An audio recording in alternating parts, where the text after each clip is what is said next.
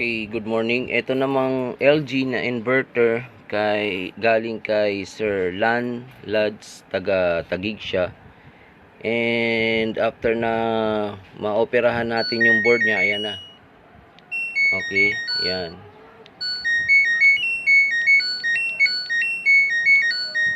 Yan. So bunutin natin.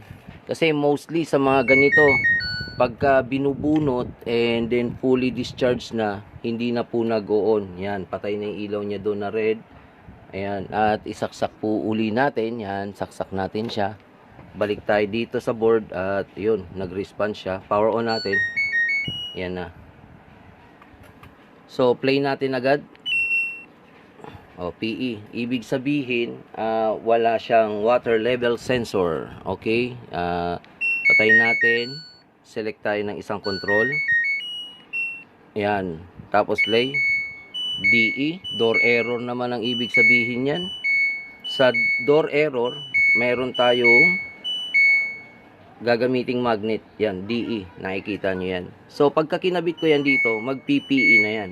Kasi, ibig sabihin, nakasarado na yung door sensor natin.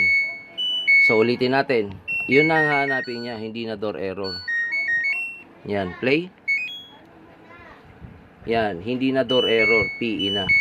Okay, thank you and okay mga ka-Ersa, so good afternoon uli. Nakita nyo naman, tanghaling-tanghali tayo. So last test para sa washing machine ni Sir.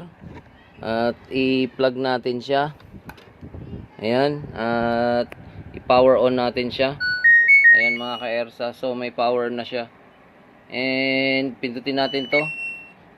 Okay, inabutan ako ng pang-detect niya. Okay, tapos yan. And play. Ayan. Nagdo-door error. So, ang door error niya, kagaya ng nasa una kong video, pakita ko sa inyo. Itong magnet na to, lalagay ko sa kanya. Ayan. So, maaraw masyado. PE naman, error ang lalagay niya. Kasi ibig sabihin, sa water level sensor yan. Okay, thank you and God bless po sa lahat.